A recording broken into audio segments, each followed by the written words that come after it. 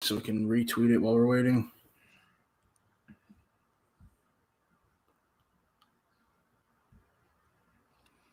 Yeah, just let me know when people start kind of rolling in. All right, we got 2. Damn, that was a fucking rocket by Gallo. Oh, my God. I know.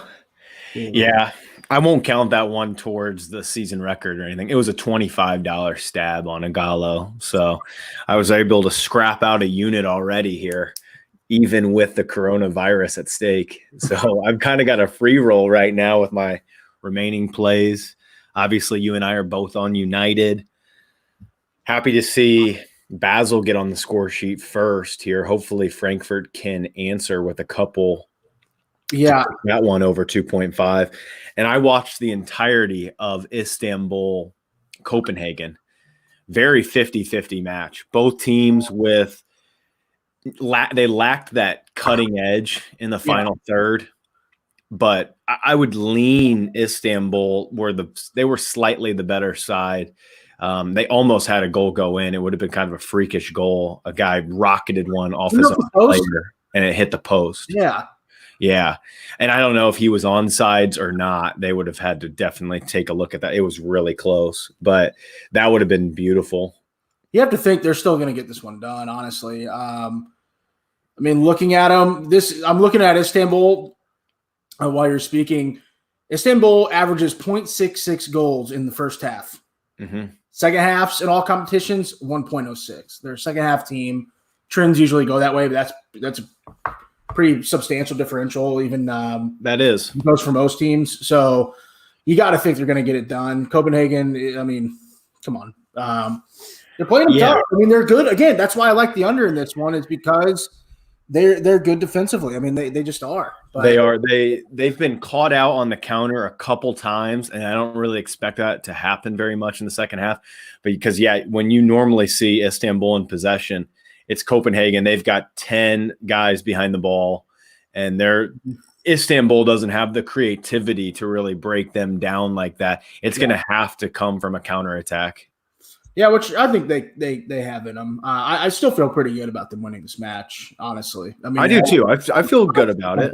I mean, especially, grabbing that late at -115 was a gift, I think. If it loses, it loses. But, I'm seeing the stadium isn't rocking like what we were hoping for, like a normal Turkish stadium will. But I think it's some people obviously are staying home because of the virus.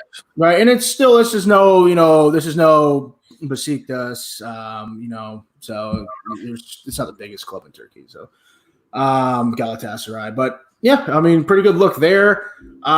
We both played United to win. It's pretty evident that they're much better side, much better. People who are, kind of laying off on United, saying last, a really good team. Not really good team, but, good enough, keeping that in the net or to hang this one tight. I think that's foolish. I mean, looking at United, they have 11 shots, 4 on target. You hit that, first goal scorer in a Gallo, beautiful goal, rocket into the top corner. And God, how good has he been since he joined? We need to start talking about him a little bit, because they need to get him inserted in the regular 11 all the time. Because you know what? The one thing about him too, when he was at Watford, he always impressed me. Mm-hmm. I remember him scoring against Liverpool a couple times. He's so quick, and he can score with both pegs. And they need to start inserting him. He's fantastic. He is. He's been brilliant. His positioning is excellent. Bruno Fernandes finds him every single time. I think all of his goals almost have been assisted by him, because obviously Bruno Fernandes, excellent on the ball, great passer, but Gallo is always in the right spot, because a lot of his goals are poacher's goals. And then this one, even he, finds the ball, gets some room and shoves it in the corner. Great player, 2 great players. 2 great signings in the window. I was making fun of the Gallo signing, honestly. 31. Same. I was, it was just, it seemed desperate at the time, but it really wasn't. It was a smart move. Get him out of China, get him away from that virus, and have him come over and start knotting some goals for us. Really got the virus. Yeah, we're going to find out. Cody, you were really great about finding out the information on the center halves in that matchup with Lask. Anyone that watched the pre-match video, I think that really is what kind of had me take a look at this one even more. And United are in such great form right now, Cody. And last, they're at first right now in Austria. They're 6 points clear of Salzburg, but we know that this isn't your traditional Salzburg. And so it's still a league that cannot be compared to even a top 10 side in the Premier League in my mind. So, and the thing is, the reason they're so good in Austria, in first in the table, offensively they're not great. Salzburg's got 74 goals. They have 50, but they only allowed 20, 6 less than any other team in the league. Yep. I don't see them scoring in this match. I think it's going to be a 1-0 to United. I think United's got another one in them. I wouldn't talk anybody off taking United in the second half just because I already have that play. I'm not going to play that one. I mean, I'm not going to double up. I don't feel this is no, Bayern Munich versus Chelsea. It's not like an onslaught.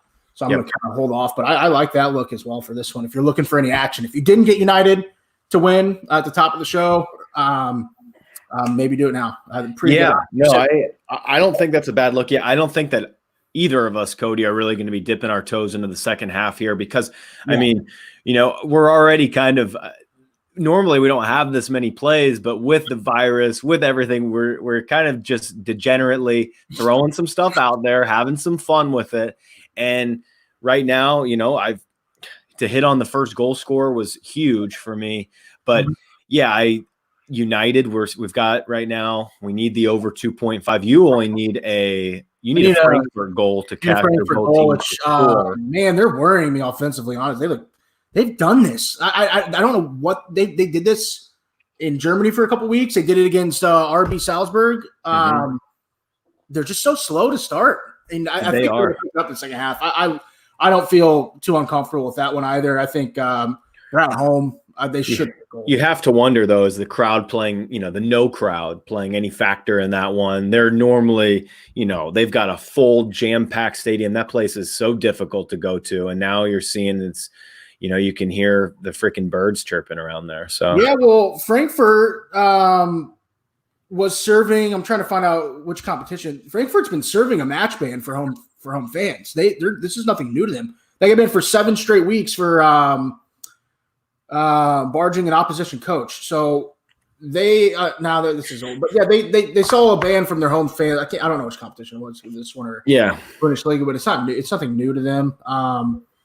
But yeah, there it is against Arsenal. They didn't have any fans, but I don't know. I think they'll get their goal either way. This is Frankfurt. They score goals. Yeah, I think a decent look from you, Cody, when you leaned on the under 2.5 goals in Istanbul, Copenhagen.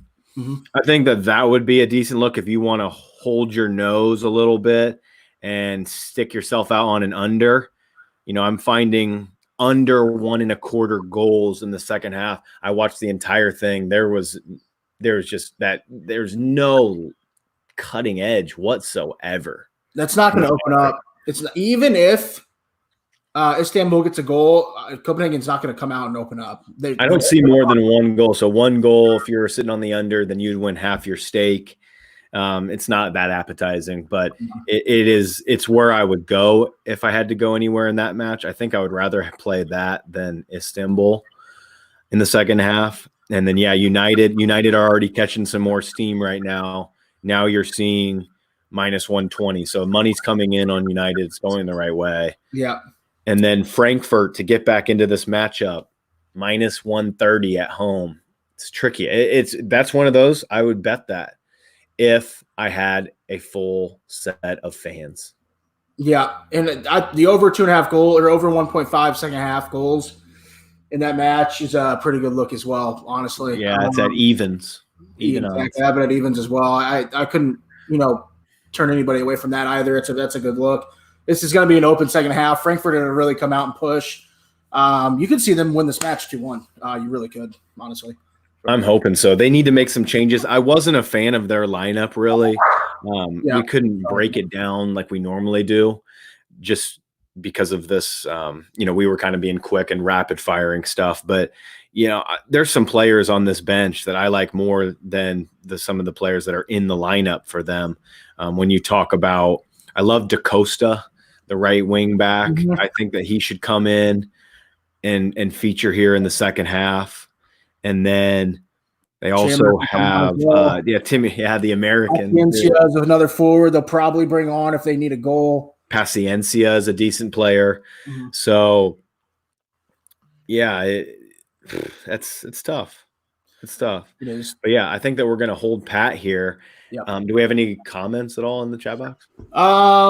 Chat box, not much. Shout out to Alvin. He said he missed Gallo's goal. That one cashed. He says we're really good, no doubt. He's going to stick with us. I appreciate the kind words. And Brent at Roman numerals, is Istanbul going to get the job done in the second half? He must have. I think he joined late. He must have missed that. Yeah, I mean, that one's tough. I think so. I wouldn't double down. It's basically a double down here. I would just hold pat, and I think that they were slightly the better side, but I wouldn't even be shocked if Copenhagen were to find the back of the net. They created some chances. They seem like they're a little bit better, Copenhagen, in the middle of the park. But, it's going to be up to Istanbul kind of getting them on the counterattack, in my opinion.